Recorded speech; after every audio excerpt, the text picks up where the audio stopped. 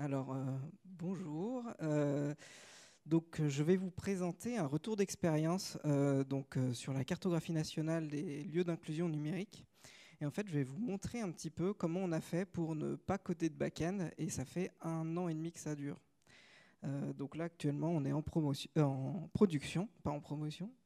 Et en fait, on est en production depuis très longtemps. Et en fait, c'est une décision qu'on a prise la première fois qu'on est allé en prod. On pensait qu'elle était temporaire.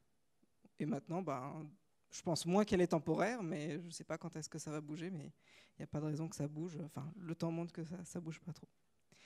Alors moi, je suis Marc Gavanier, je suis ingénieur logiciel indépendant, et donc je suis lead développeur sur le produit de la cartographie nationale des lieux de médiation numérique. Et comment ça a commencé l'idée de notre produit? Alors en fait, notre produit, un produit qui est incubé à l'incubateur de l'Agence nationale pour la cohésion des territoires. Donc c'est un incubateur d'État.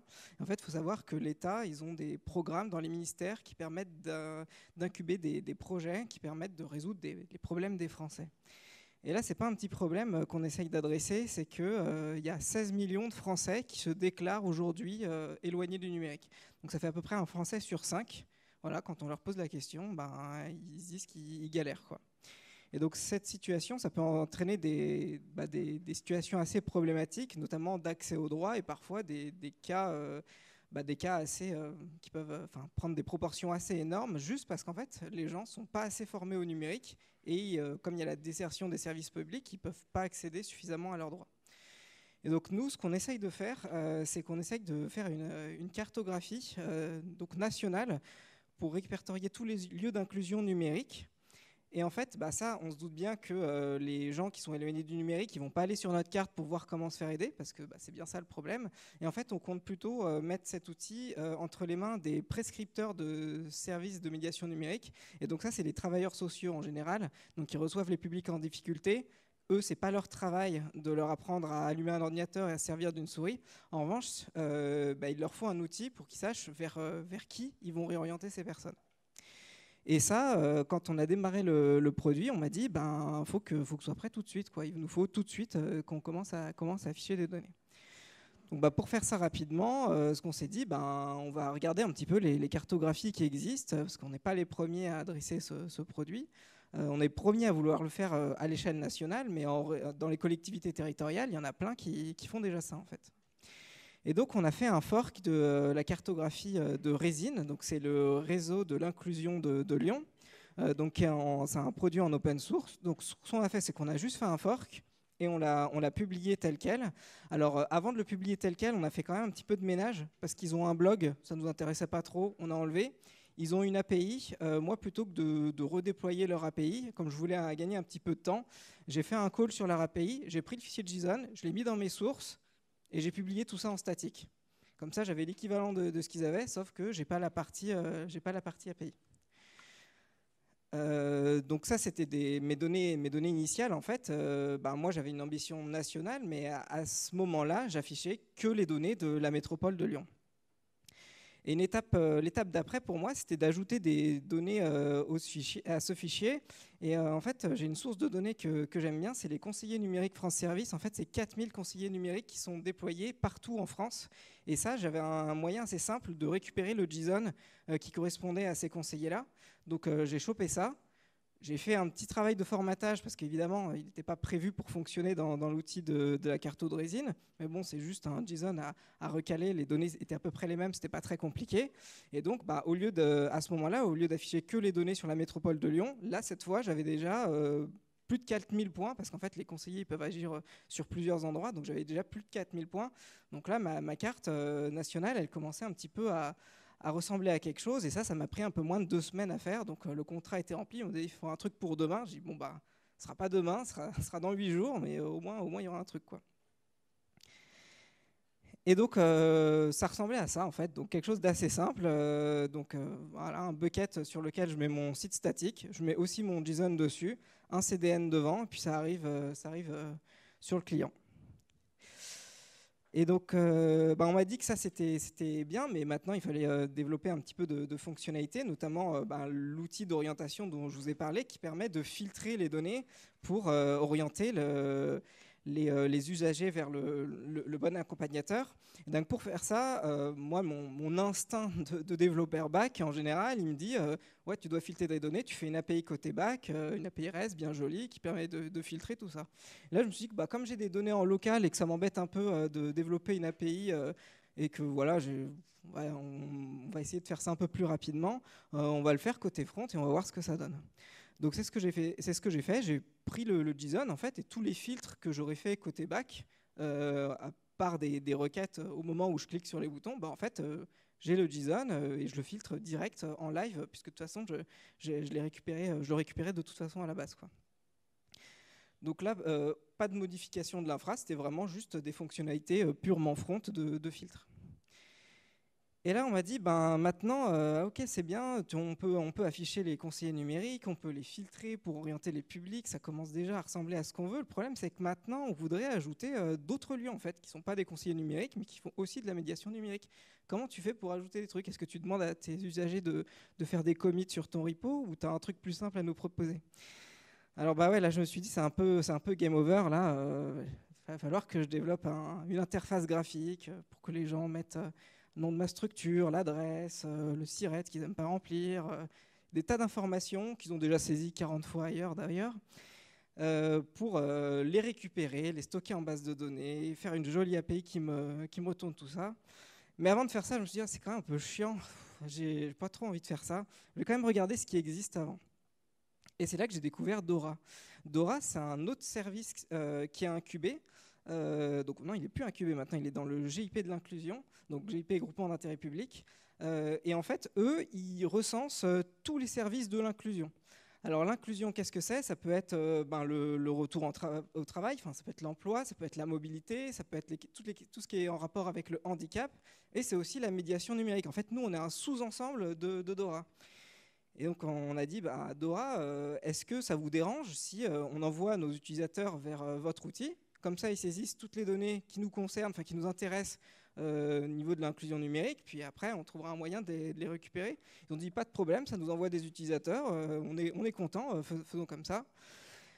Et on a fait des tests utilisateurs de notre côté. Et le problème, c'est que le formulaire de Dora, comme il recense beaucoup d'informations, était trop complexe. Et nos utilisateurs, ils disaient, écoutez, moi, je veux juste faire de la médiation numérique. J'ai pas envie de renseigner tout ce qu'on me demande. En plus, c'est pas standard avec le schéma qu'on avait décidé ensemble, parce qu'on avait fait tout un travail où on avait réuni tous les acteurs de la médiation numérique pour définir avec eux qu'est-ce que c'était les données qui étaient importantes pour eux, tout ça, et ça correspondait pas, quoi.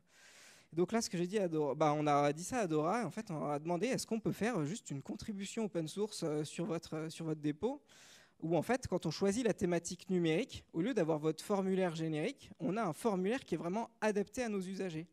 Et donc, ce à quoi ils nous ont répondu, ouais, c'est dans notre roadmap, on n'a pas du tout le temps de faire ça, allez-y, amusez-vous. Donc, on est parti là-dessus, et on a pu faire exactement le formulaire que j'aurais développé à la base si je l'avais fait tout seul, quoi. Donc les effets positifs pour Dora, donc, comme je vous ai dit, ils ont une fonctionnalité supplémentaire gratuite, quoi. Ils n'ont pas eu, ok, aujourd'hui ils l'ont à la maintenir, mais ils n'ont pas eu à la développer initialement. Et de toute façon, c'était quelque chose qu'ils avaient prévu de faire, c'était juste qu'ils n'avaient pas de temps. Donc ça, c'est tant mieux pour eux. Ça, c'est le cadeau pour nous, c'est qu'on a l'expertise de Dora dans le maintien à jour des données, parce que c'est pas tout de servir un formulaire aux utilisateurs et dire remplissez-le. Après, une fois qu'ils l'ont rempli une fois, il faut aller à la chasse aux utilisateurs pour qu'ils mettent bien à jour les données, parce que derrière, c'est les publics qui se servent de l'outil d'orientation qui orientent mal les personnes.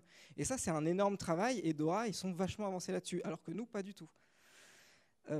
Ils ont aussi un effort de déploiement, parce que Dora, ils existent depuis bien avant nous, et en fait, ils sont déjà allés en région, sur le terrain, dans les départements, pour interroger les personnes, les mettre sur Dora, tout ça. Et nous, ça veut dire qu'on aurait dû faire ce travail en doublon, donc augmenter notre équipe. On a un budget qui est super serré, donc on ne pouvait pas se permettre de faire ça. Mais tout ce que Dora fait pour le déploiement, alors ils le font pour tout le domaine de l'inclusion, mais quand c'est de la médiation numérique, c'est intéressant pour nous aussi. Et pour les futures fonctionnalités que Dora pourrait faire, ça c'est direct pour nous, pour nos utilisateurs.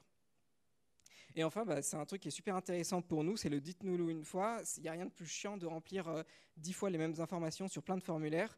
Là, on est très content, nous, en fait, de ne pas être le formulaire de plus que les gens auraient eu à remplir.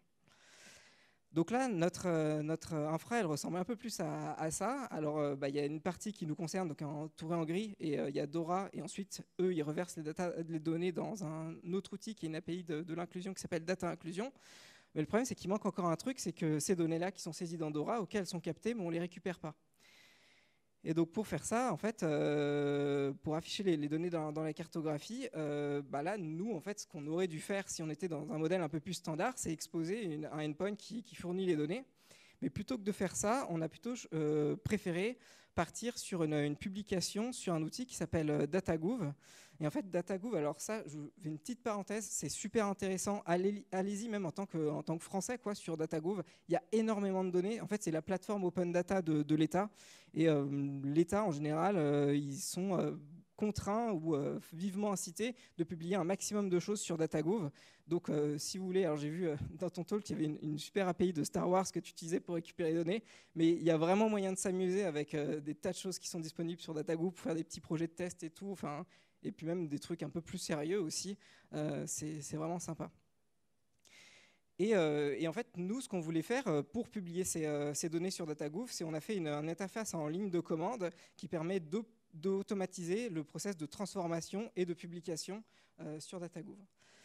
Et les effets positifs de ça pour nous, c'est que notre outil il est en open data par construction. En fait, il a été construit autour de l'open data. Donc ça, c'est quelque chose qu'on nous demandait. C'est fait by design, en fait.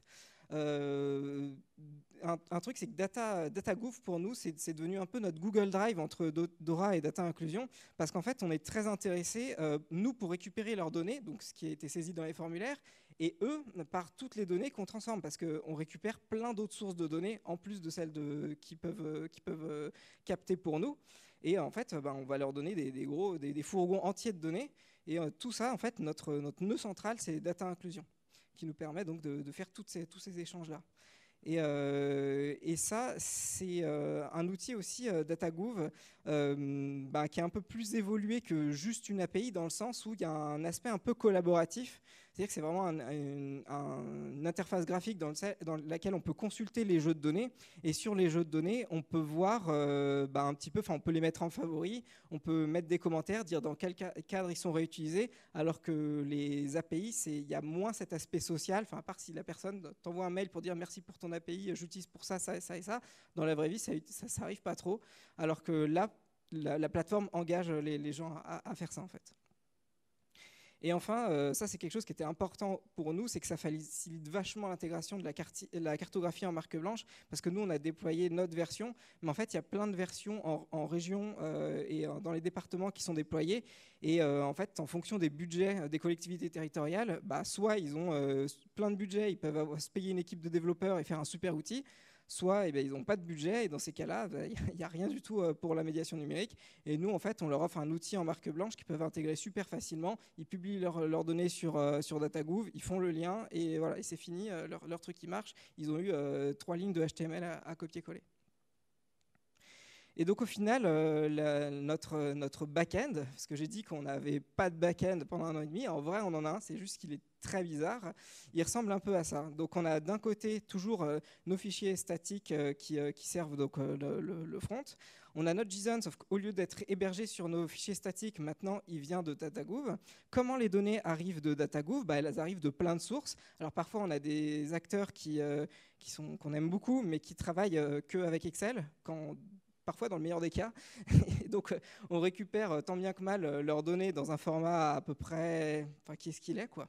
Et on va essayer de les transformer pour les standardiser et les envoyer sur DataGouv. On en a qui sont un peu plus évolués, qui ont des systèmes d'API, donc on va faire des intégrations directes sur les API avec des mises à jour quotidiennes qui nous permettent d'avoir les données les plus fraîches possibles. Et puis enfin, celui du départ, donc Data Inclusion, qui nous expose les données de Dora, donc qui ont été saisies à la main pour arriver finalement sur notre cartographie.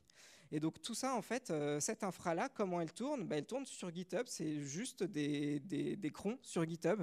Sur GitHub, on peut faire des workflows, j'imagine que vous le savez, j'imagine que vous savez peut-être un peu moins, ou peut-être que vous le savez aussi, que ces workflows, on peut les lancer sur des crons. Et en fait, moi, tous les jours, je récupère l'ensemble de toutes les données, je les transforme, je les publie sur DataGouv, et c'est ça qui met à jour ma carto, en fait. Donc voilà un petit peu mon back-end un peu bizarre, donc qui m'a permis de développer en fait uniquement ce dont j'avais besoin. Donc que ce soit en termes d'affichage pour la cartographie ou de traitement et de publication des données, ça c'est des trucs que de toute façon, que je fasse ce modèle d'API ou un autre, c'est des trucs que j'aurais pas pu passer à côté. En revanche, faire toute une interface de créer mon compte, mot de passe oublié, enfin tous ces trucs-là, le formulaire de saisie, tout ça, j'ai rien développé de tout ça et je délivre la même valeur, voire plus, parce que j'ai eu le temps de développer plus de trucs que si j'avais fait passer beaucoup de temps à développer des trucs qui étaient moins intéressants pour mes utilisateurs. Alors, c'est bien tout ça, mais c'est pas tout rose. Il y a quand même quelques limitations. Donc, je me dois d'être honnête et de vous les énoncer.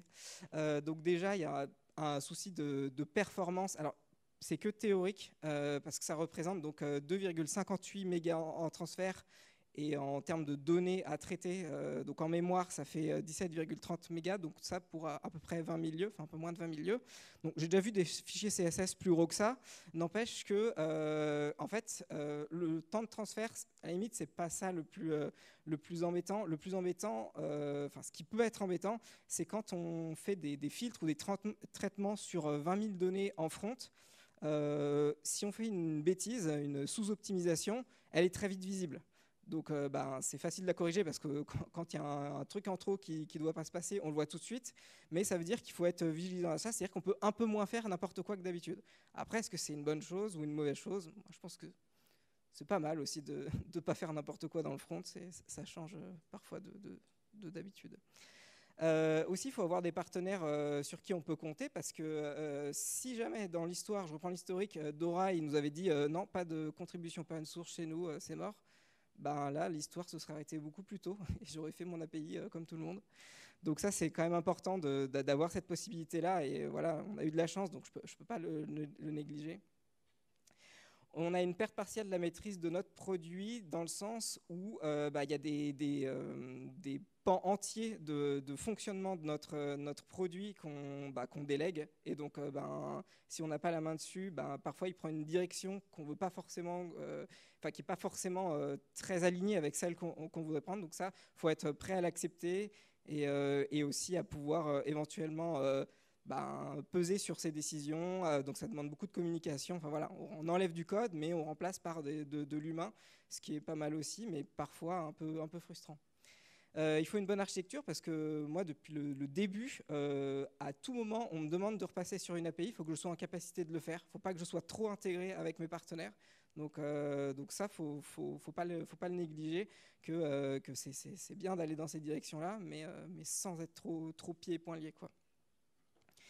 Et puis, vous l'avez vu, c'est pas magique. Hein. Quand je dis que j'ai pas de back-end, j'ai quand même écrit du code. C'est juste que j'ai pas un back-end classique. En général, quand on demande à un développeur back-end, qu'est-ce qu'il fait? Il dit, moi, je fais des contrôleurs, j'intègre un ORM sur une base de données, tout ça. Moi, j'ai rien de tout ça, mais j'ai quand même écrit du code pour gérer mes données, quoi. Et puis, alors ça, c'est aussi un autre problème, c'est les problèmes des autres, c'est nos problèmes à nous aussi. Donc notamment sur DataGouv, ça nous est arrivé 2 fois qu'il soit indisponible. Et donc là, il y a un effet domino direct. Si DataGouv n'est pas disponible, vu que c'est eux qui nous fournissent nos données, on est indisponible immédiatement, quoi. Il n'y a même pas, il y a rien. Là, il n'y a aucun filet de sécurité. On pourrait faire des développements pour avoir des réplicas et des choses sur lesquelles on peut se connecter. Mais là, pour l'instant, on va dire que malgré ces deux indisponibilités, ils sont plutôt au rendez-vous. Donc, on leur fait confiance pour le moment. Mais c'est quelque chose qui peut nous tomber dessus, quoi. Je vous ai mis quelques références. Et puis merci. Donc, le QR code, c'est pas l'open feedback, c'est le lien vers la présentation. Je crois que de l'open feedback, vous pouvez en voir un peu partout, donc j'ai pas jugé utile de le remettre.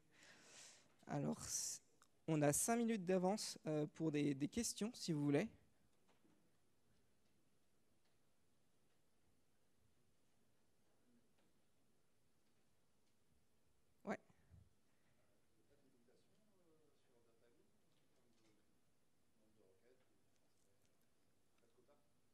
Alors pour l'instant, je ne l'ai pas noté s'il y en avait. Je le découvrirai, mais pour l'instant, non, pour l'instant, pas de souci de ce côté-là. Enfin, on a zéro limitation en fait.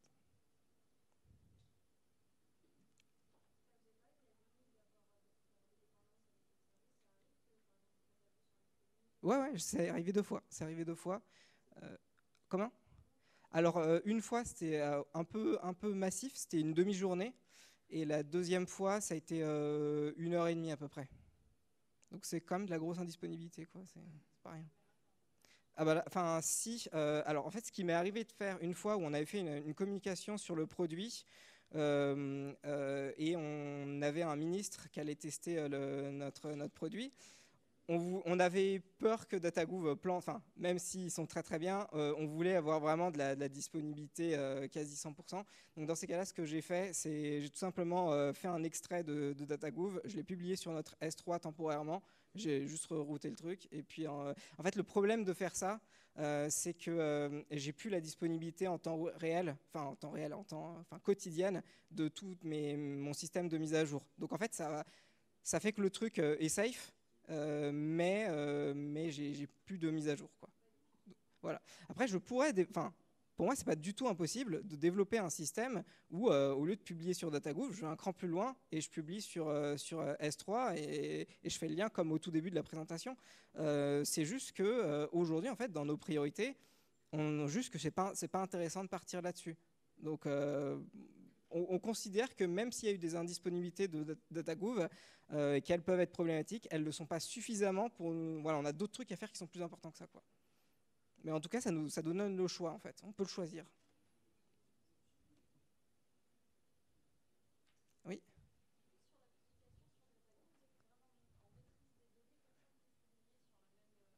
Ouais, ouais. Alors, en fait, sur DataGouv, comment ça fonctionne? Donc, tout le monde, vous pouvez tous créer un compte sur DataGouv et vous pouvez publier des données en votre nom et vous pouvez aussi tout le monde peut créer une organisation et publier des données au nom de l'organisation. Et en fait, concrètement, quand on veut publier des données donc, en automatique, il y a une clé d'API. Et donc, c'est cette clé d'API qui est dans les secrets GitHub et qui permet de faire la publication automatique. Ouais.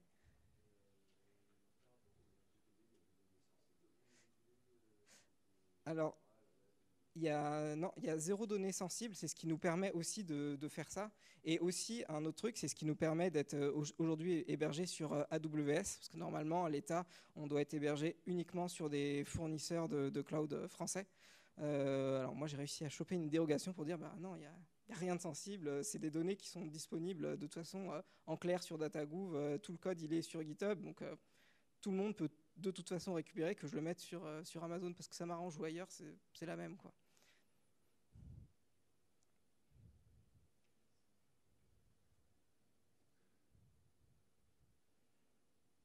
Pas d'autres questions? Pardon? Alors en fait, parce que nous, ça nous intéresse d'être sur DataGouv en fait.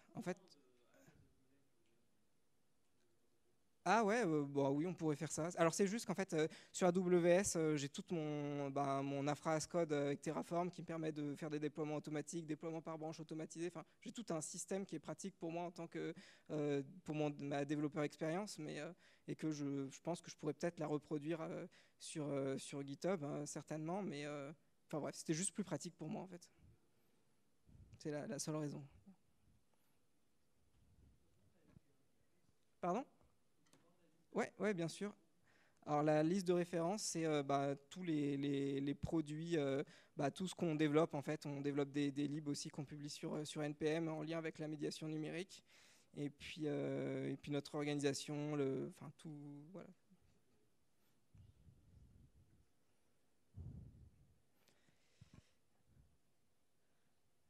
Alors bon, j'ai peut-être 1 minute. Alors en fait, j'ai prévu des bonus. Alors pour la démo, j'aurai pas de temps. Par contre, je peux vous montrer la facture AWS parce que le prix, voilà, donc ça c'est la facture de ce que j'ai payé en décembre pour l'infra. En fait, il n'y a que AWS qui me demande des sous, les autres c'est gratuit. Donc ça m'a coûté 1,51 € Et, enfin non, ça m'a coûté, pardon, non c'est en dollars en plus, 1,54 $. Et ce qui me coûte le plus cher, donc c'est la route S3, donc pour le nom de domaine, qui me prend 1,51 $. Et sinon, le S3, il me coûte 3 centimes de dollars. Et ça, c'est la dernière facture. J'ai pris celle de janvier, parce qu'après, j'ai eu un crédit. J'ai cliqué sur une case à cocher, et j'ai eu un crédit qui fait que je ne paye plus rien depuis janvier. Donc, je ne pouvais pas vous en montrer de plus récente.